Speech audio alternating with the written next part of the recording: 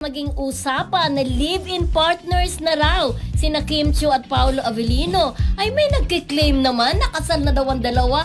Ha? Diba? Hindi pa umaamin na live-in pero may kasal na issue na naman ayon sa isang source umano. Dahil dito ay gulong-gulong na ang mga panay sa current relationship ng Kim Pao. Pero kung true ito, ay mas okay raw naman. May nagkiklaim kasi, syempre sinare sa atin yan ni Marcelita, no? May nagkiklaim kasi na kapitbahay daw siya ni Paolo Avellino at nakikita daw niya talaga na nakatira daw Si Kim Chiu Chiu. doon, di ba? O minsan siguro, actually no, mga a year ago or last year, meron din sa akin na nag-forward ng isang picture kung saan makikita yung sasakyan ni Kim na nakaparada dun sa tapat ng bahay nila Paolo.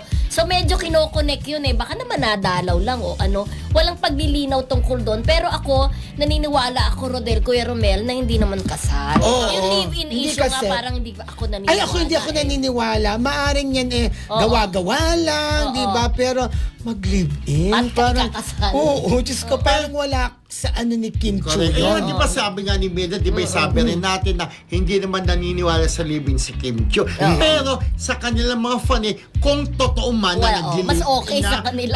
okay sa kanila. Okay, at least nag-live ibig sabihin talagang sila. Kung kinasal, masaya na rin sila kung secretly married na sila. Okay lang din sa kanila. At least, yun talagang iniilusyon nila na mangyari, ayun nangyari. At But I kahit ako doubt, oo. kung sakali man na kinasal na nga ng live, okay, talagang nag-live, masaya rin ako. Ako ba, I doubt. Kasi magiging Ayun, you conflict. doubt. Alam naman natin na maraming endorsement si Kim. Ay, oo. Diba? Minsan Correct. nakalagay sa kontrata na Bawal. bawal. Correct. Diba? Totoo yan. May mga ganong conflict, may mga ganong magiging problema. So I doubt talaga kung may katotohanan niyang At yun na nga ang balitang sinasabi, yan. baka daw yan ang pasabog. Hindi rin Oo. ako naniniwala.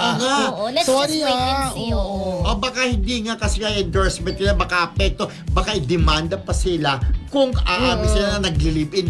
Di ba mga ganyan din, bawal yung buntis-buntisan. Oo. At saka, di ba, napakadaling kumuha lang ng picture na magkasama sa isang bahay. Kuning-kuning, di ba? Yun ang Correct. lumalabas ngayon, may At saka, picture. Pwedeng nang dumalo Pero wala sa rin bahay. talagang picture na di Oo. ba, na lumalabas na nandun sila sa loob. Siyempre, bakit naman sila in the first place, bakit naman magpapapicture na nasa loob ng bahay? Oo. Pwede doon sa gym, madalas silang mag-jogging, madalas meron silang pinag-gyman, di ba, na parang bahay. At parang Yun. hindi, Diyos ko, iniisip ko, hindi gagawin ni Kim Chiu yun. Sa totoo lang. Pero sana nga yung alam mo yung ine-expect nating pasabog na gusto ring maging pasabog ni Marcelita at nila Ate Carmen ay hi pala kay Janet Damaso na nagparamdam kanina, no? Hi, No? Janet Damas, ako Oo. basta ka ng friendship. Ang hinihintay nila yung umamin sa Umamin relasyon muna. nila. Doon muna Yun tayo sa lang. Yun, pag-amin. oo. Huwag muna tayong Then, umadvance. Pagka umabay na sila, tsaka nila pag-usapan yung kasal, Oo. dyan na may issue. At gusto ko na rin makasal. Dahil si Kim naniniwala sa kasal, di ba? Correct. Yes. Okay. At kahit hindi sila umamin, matagal na po namin sinasabi Oh, dito na magjowa na. na magjowa na po sina Kim at saka si Paolo. Yes, alam Okay. yan ni Maritisay, tsaka ni Ni Jaime Jaime Libadizo. Libadizo.